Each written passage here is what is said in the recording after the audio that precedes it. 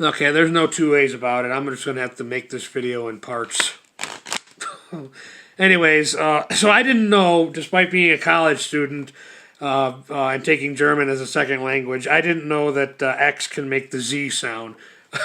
I forgot. I probably learned that, but I just forgot it. Anyway, so the show is called Zev Ivor, named after Zev because everybody knows who she is now because of that internet prison internet thing from episode 3. So,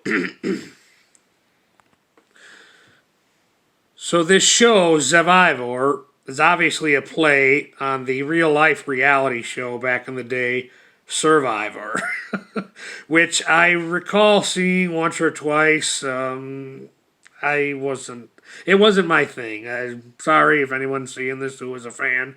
I just, reality shows in general were not for me growing up.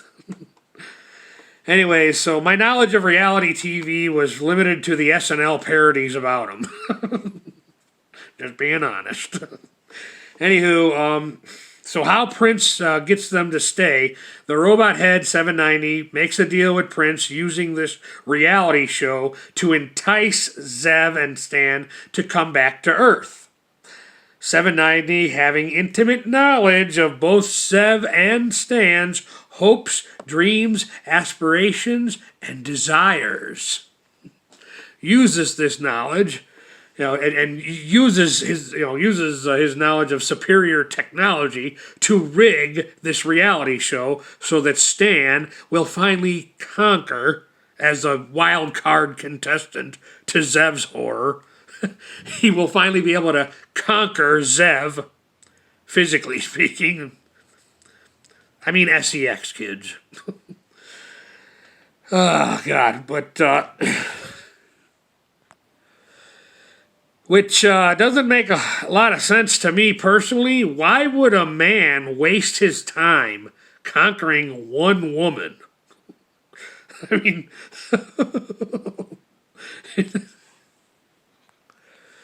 in the physical sense of it.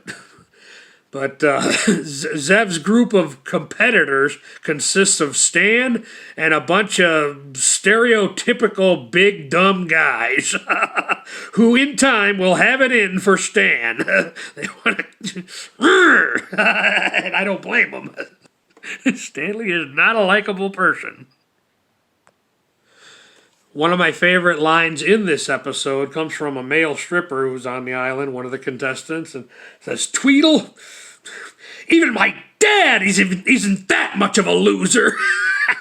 I love that line. because 790's rigged this entire game, Stan will win all the contests. But I realize this is for plot point in the series, but it's still annoying to me when the Stanley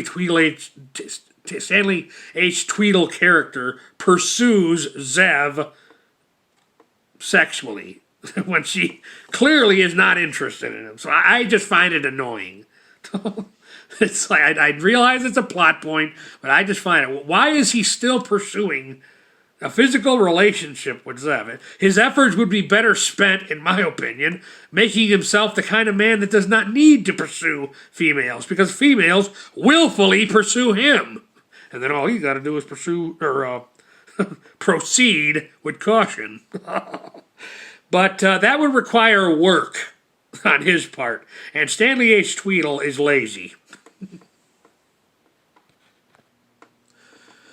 But from Zev's point of view, why she goes along with this, because she'll finally, find happiness with a strong, loving, well-endowed man, real man she dreams of. Even though she does request that Kai keep an eye on the show and make sure everything's kosher via, just by watching the show. So, cute nerdy science girl from earlier in the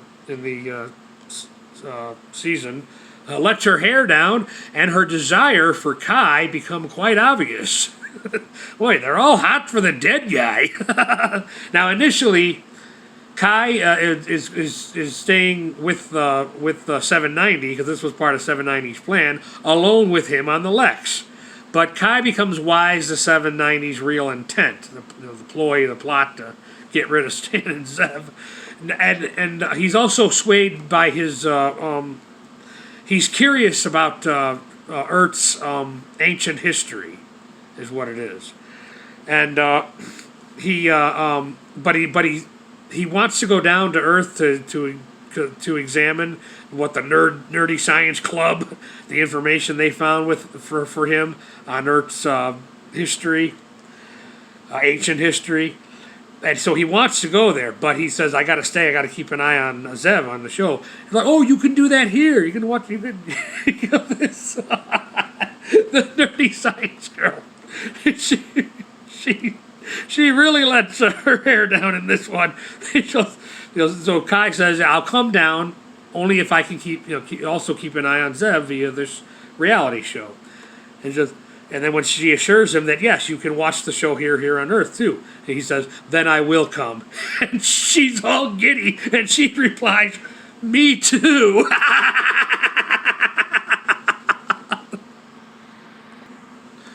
But cute, nerdy science girl is kind of cute, mainly because she still has femininity, something that is becoming rarer and rarer in the real world. Thanks, fourth wave feminism. Too preoccupied with proving they can do whatever a man can do and even be a man. Sorry for getting sidetracked. But because of his intrigueness, Kai comes back to Earth because he's intrigued by Earth's ancient history. And being a dead guy, he also becomes intrigued by Earth's vampire lore. So once Kai learns everything, what he needs, what he learns, what he wants to go back to the LEXX now and pursue more knowledge about, and he's getting ready to leave, the cute nerdy science girl says, "Will you take me with you?" And Kai says, "No emotion whatsoever. I will not." I love that. I love that. "Will you take me with you?" "I will not." It's a good example of when the actor, the Canadian actor Michael McManus, completely nails the emotionless thing that is the Kai character in the series LEXX. Then she says, "Are you coming back?" And he's like, no answer. He's just getting in the moth and getting ready to go. And she says, "I'll wait for you." But I love that. No hint of emotion. No, will you take me with you? I will not. No hint of hell no, or even, no, I just can't. None of that. None of that in his tone. Just to his credit as an actor, I guess. If I could compare it to anything, it's like when in the movie Watchmen, the Reichek character, when he said that monologue in that movie where he says, "When the people say, 'Oh, help me, save me,' I'll just look back at them and say, 'No.'" That's the only thing I can think to compare it to. Which got me thinking, boy, everybody wants a savior when it's convenient for them.